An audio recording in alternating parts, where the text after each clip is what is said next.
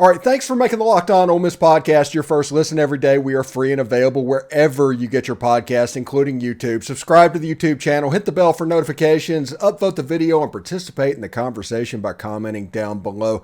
I'm here with Charles Arbuckle, an analyst with ESPN, and we're going to talk a little bit of Ole Miss football on this Sunday. How are you doing, Charles? I'm doing well, man. How are you? I'm doing quite well, and I've noticed you over the last couple of years all through ESPN. You go all over the country. It seems like you're not just tied to an individual area, but you do a really good job.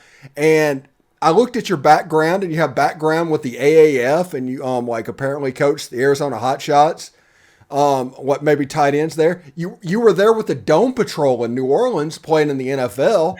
And I mean, and now as a Saints fan, I'm from South Mississippi. I grew up with the Saints. That era, that was my era. I was a Saints fan when the Saints weren't particularly good, and then all these bandwagoners came on afterwards. Well, we weren't very good offensively my 1 year there, but the defense, man, practicing against Ricky Jackson, Sam Mills, Von Johnson, and Pat Swillen. And then the rest of the game, I think people just think about the linebackers, but the defensive backfield was stacked. You had the defensive front. So going 9-on-7 every day, you earn your work. I mean, I can remember being a rookie and just thinking, if this is how it is every single week, I got to really start getting in the weight room and getting some things done. Real quick on the Sam Mills story, one of the greatest guys around the game. He was an undersized linebacker. Jim Moore kind of, made sure when he was in the USFL, he brought him on the team. And then when he got to New Orleans, the same thing. But Sam was very meticulous and just really, I think he was probably the glue for that defense because so smart, cerebral, became a coach afterwards. But during spring or OTAs, it's really not any pads, right? So I'm thinking as a rookie, I got to go full out. I got to make this team. I beat him a couple of times on some crossing routes and some other things. And he told me, and hey, Rook, don't beat me. Like if we have on pads, you can do whatever you want, but I'm not going to hit you. But if you do that again, I'm going to get you. I went across the middle, and as soon as I touched this next pass, pow, snot goes one way, helmet goes, and he broke my helmet. And then he helps me up. Hey, Rook, I'm just telling you, welcome to the NFL. You can do this when we get pads on. So he gave me my welcome to the league with no pads, and that it kept me understanding keep your head on the swivel at all times. Yeah, absolutely, and that's a really cool story. And moving on to this Ole Miss quarterback competition, because it's going to be the story of spring and probably into fall. But you have Spencer Sanders, you have Jaxson Dart, you have Walker Howard, all competing for the job, and they all have slightly different skill sets. How do you see this? Yeah, Spencer Sanders is interesting. I was supposed to cover him last year when West Virginia played Oklahoma State, and he was injured that game. What happened with Spencer every year was late in the year, he was just banged up. The way he plays the game and the way he could throw the ball pretty well, but he would get really, really knocked around by the end of the season. So in this particular game, he was a game time decision. We didn't know until right before the game that he wasn't going to play. But it was interesting after that, I kind of followed and saw that he was looking at getting into the transfer portal. And then sure enough, he ends up at Ole Miss. What I will say with Ole Miss is they're getting a guy that's played a lot of football. He's seen a lot of things and been in a system where he's been able to throw the ball. And I think what we're starting to see, Steve, is the NFL is coming to college football with this transfer portal.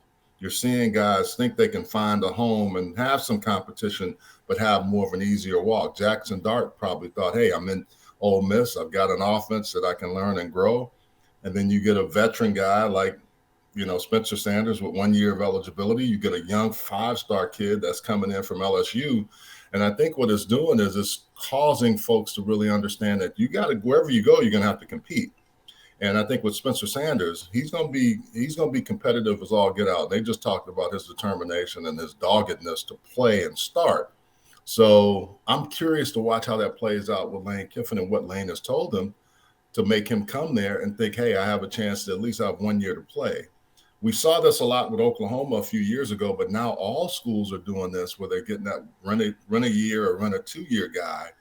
And if they're able to get anything out and squeeze any juice out of that orange, they have a chance to make some plays. And I think that's what I look at Spencer Sanders, lot of ability, but can he stay healthy through the course of a long season? And think of this.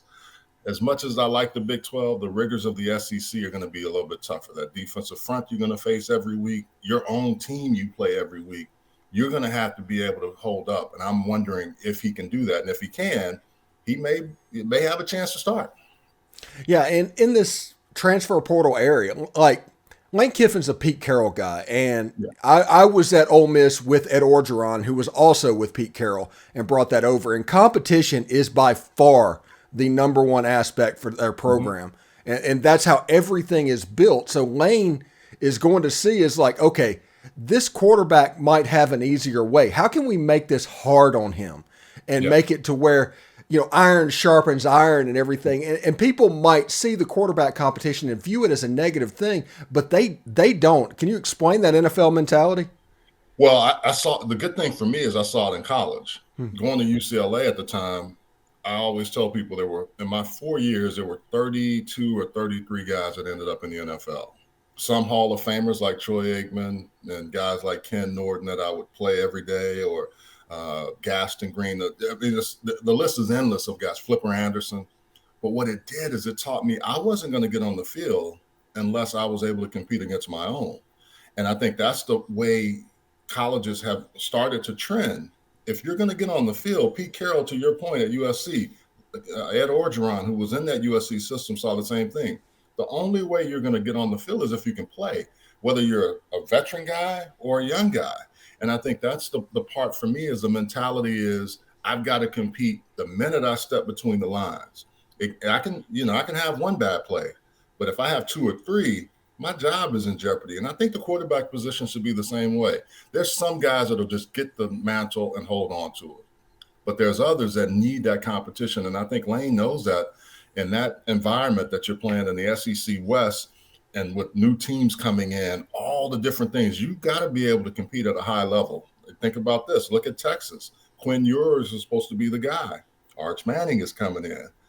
So, I think it's good. If I have to compete at the tight end position, I want my quarterback, no matter how good he is, to be able to compete and show me he has the mettle to hold on to that position. And if he wins it, by all means, let's go. Also, before we get out of here, what are the main storylines in the SEC you're looking at this year? Well, the big thing, I'm really interested in Hugh Freeze. I coached with Hugh for about 2 weeks in the AAF. And I think the thing that Hugh is going to bring is another element, another offensive philosophy, just like Lane was able to do. And now you're going to see that. So I'm really intrigued by him. But I'm also intrigued by Tennessee now that they're going to start probably doing different things with the clock to slow teams like that, and Ole Miss and Auburn down a little bit. So I want to see if that's going to make a big difference for these coaches that like to go fast or like to go with tempo. Okay. Also looking at Florida, just before we get out of here, there's been a lot of turnover this season. There's quarterback issues. What do you think about Billy Napier this year? Yeah, it's going to be an interesting year for Billy Napier because he was a hot ticket item, right? And now you're in a position where Tennessee has gotten better at the same time where Florida thinks they should be better. It's going to be tough for him, especially from a quarterback position, to figure out who can be that guy. And I'll say this, even with Anthony Richardson, they didn't play all that well. So what are you going to do to get this team to play like you had your teams in Louisiana playing and play at a high level? Because they get the right recruits. But the thing that they did at Louisiana was develop those guys. I haven't seen that so far at Florida yet. Let's see if he can do that. All right. Thanks again for making the Locked On Ole Miss podcast your first listen every day. Make sure you check out our brand new podcast, Locked On College Basketball. Something tells me Ole Miss might be on that show recently. Everything you need to know about college basketball in one place, plus hear from big name experts, insiders, coaches, and players. That's Locked On College Basketball, available on YouTube and wherever you get your podcast. Charles, thank you very much for coming on the show today. If you could stick around after this is done, I do have one question for you, if you don't mind.